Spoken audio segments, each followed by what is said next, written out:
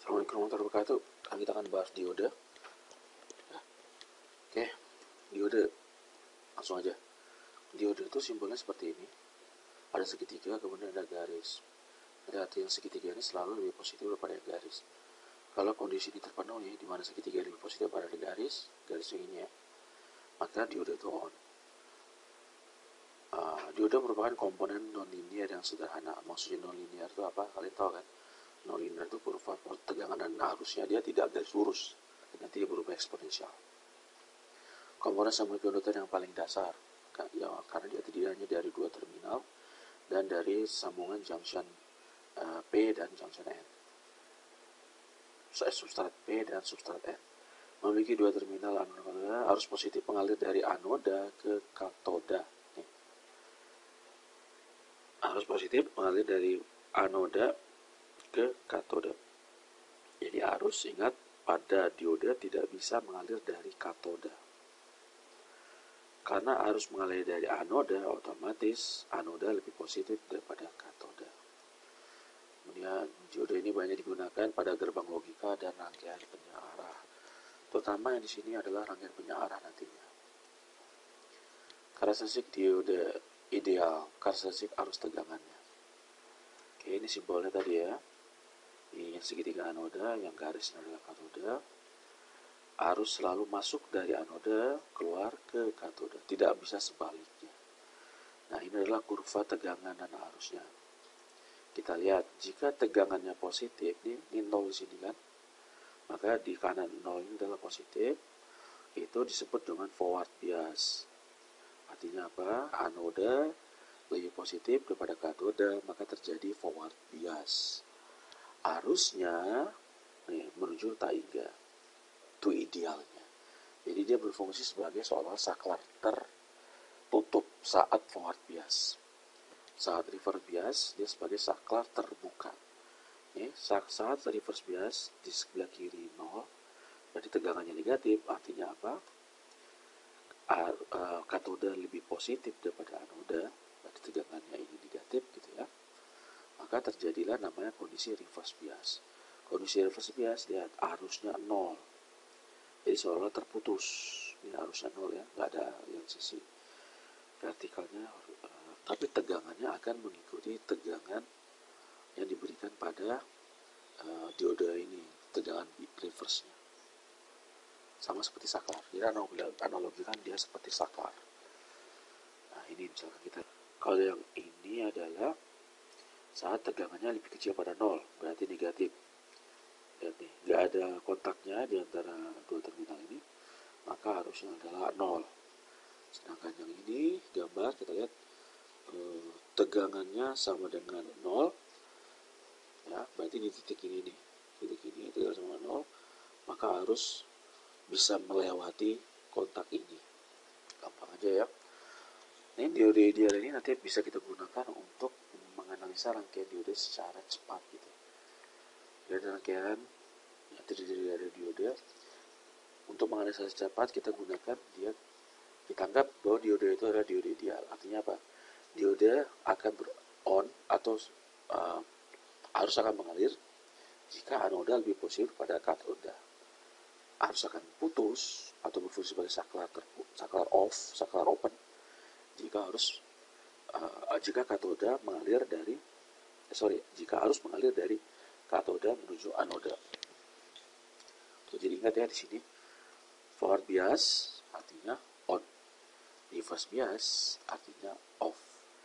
Forward bias saklar close, reverse bias saklar off. Membatas arus dengan resistor.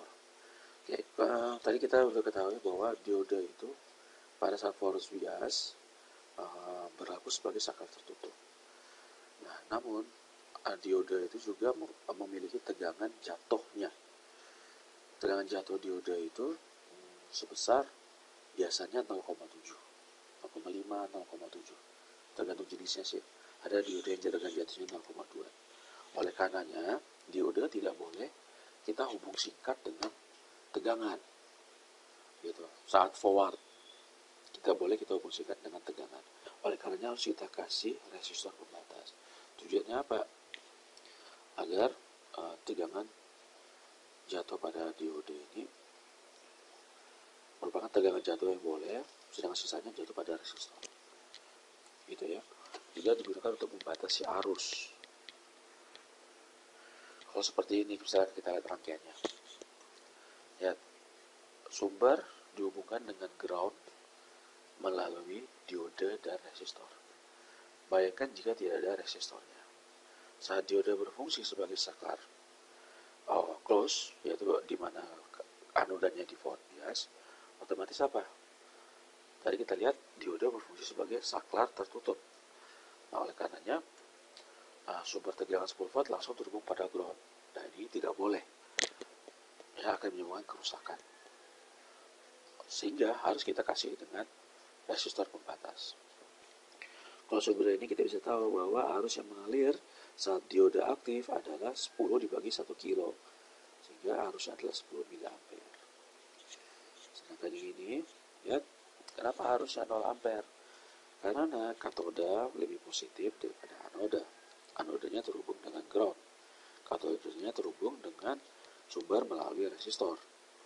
Ya, dengan anoda terhubung dengan ground kita udah tahu nih. Ini pasti reverse.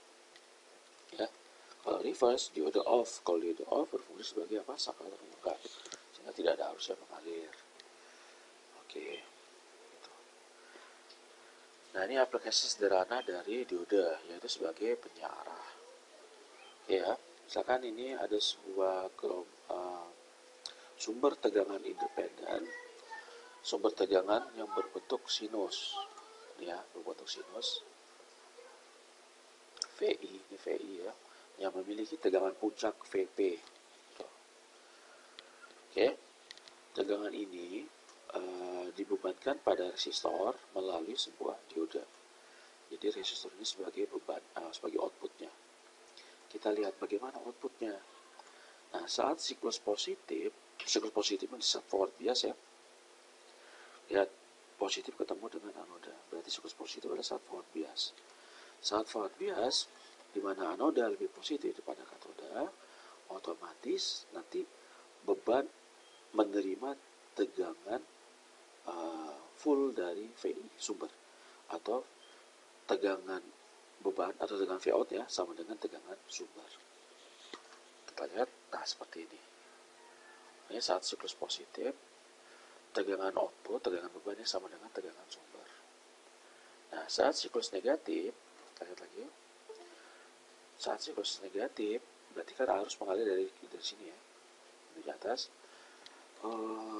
Katoda lebih positif pada yang ini. Saat siklus negatif ya, katoda lebih positif. Yang ini aja deh, katoda lebih positif daripada anoda, sehingga diode berfungsi sebagai saklar teropen. Dan seperti ini gambarnya. Seperti saklar open, sehingga arus tidak ada yang mengalir dari sumber ke bahan. Akibatnya apa? Tegangan keluaran V out sama dengan 0. Nah, ini lihat nih, saat reverse bias, katoda lebih positif daripada anoda, tegangan diterima oleh beban adalah 0. Itu gampang aja. Ini penjelasan bisa dibaca di sini ya. Nah, tugas untuk rangkaian 43A, sketch the transfer characteristic V out versus VI. Nah, ini gambar 43 gini. Untuk rangkaian 43, sketch transfer characteristic VO versus VI. 43 itu yang ini kan. Gimana kira-kira karakteristiknya? Kita lihat dari sini. Ya, rupanya V out itu sama dengan VI. Berarti arus karakteristiknya V yang menunjukkan VO sama dengan VI. Berarti apa? Karakteristik transfernya ini berupa garis lurus dengan kemiringan 45 derajat, di mana yang berarti VO sama dengan VI. Gitu. Untuk rangkaian sketch, gambar bentuk gelombang dari VD. Bentuk gelombang dari VD itu apa maksudnya? Bentuk gelombang jatuh tegangan jatuh pada diode. Berarti apa? Kebalikan dari yang ini. Kebalikan dari yang untuk gelombang output. Gelombang output itu tegangan pada resistor. Sedangkan tegangan VD adalah tegangan pada diode. Ya kan? Vout adalah tegangan pada resistor. VD adalah tegangan pada diode. Kita lihat. Kalau KVL berarti apa? VI sama dengan VD plus Vout. Kalau VD berarti VD sama dengan VI min Vout. Kan gitu. VI-nya apa? Nah ini. VI min Vout nih. Berarti apa? Saat time yang ini berarti VD-nya 0. Saat yang ini VD-nya negatif ke bawah. Saat yang ini VD-nya 0. Saat yang ini VD-nya ke bawah, negatif. Ya kan? Maka bentuk gelombangnya adalah seperti ini. Gitu. Ini sebenarnya pakai logika juga bisa ya. Ini suatu siklus negatif ke bawah ya harusnya.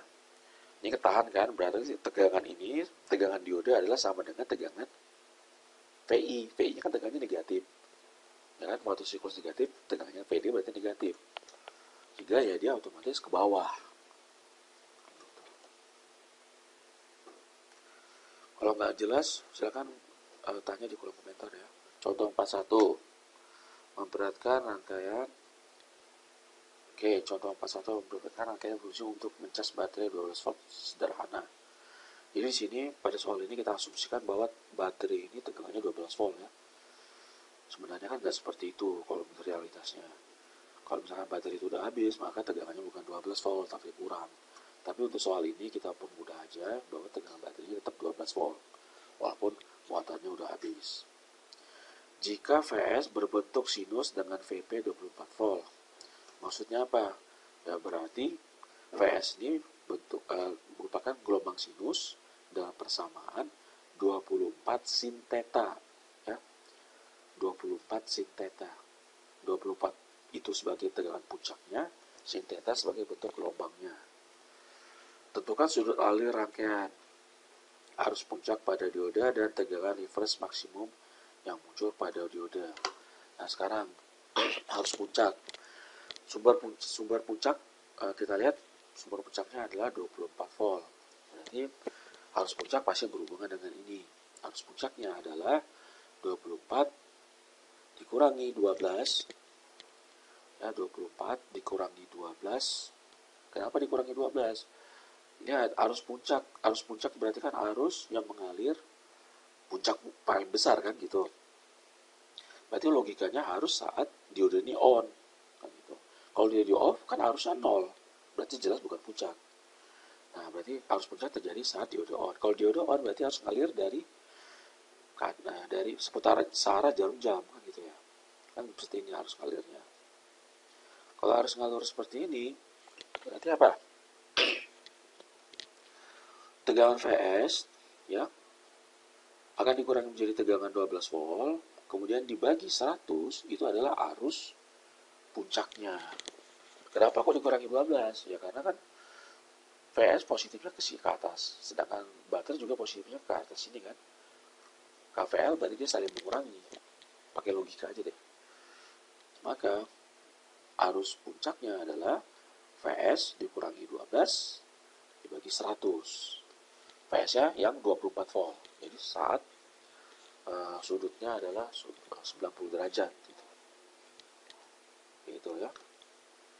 Nah, ini kita lihat nih arus puncaknya di sini kan. Saat tegangan puncak. Tegangan puncak terjadi saat apa? Saat tetanya adalah 90 derajat. Gitu. Kemudian, nah ini kenapa dia pakai cos? Karena dia ngukur dari tengah-tengah. Gitu ya. Jadi theta ini dan theta ini. Nanti kita bahas pakai kertas saja deh supaya lebih enak. Nah, aplikasi diode gerbang logika sebagai gerbang logika.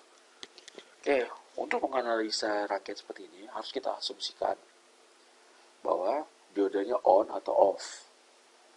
Jadi kalian harus gunakan dua asumsi itu. Apakah diode ini on atau off? Asumsikan misalkan dia off dulu. Kita asumsikan diodenya off dulu ya, diode ini. Kemudian kita cek hasilnya, apakah sesuai nggak? Kalau nggak sesuai, maka asumsikan diodenya on. Cek lagi, sesuai nggak? Kalau nggak sesuai, nggak mungkin, gitu ya. Kalau off dia nggak sesuai, pasti on dia sesuai. Ini kita bahas pakai kertas saja nanti ya, supaya lebih enak.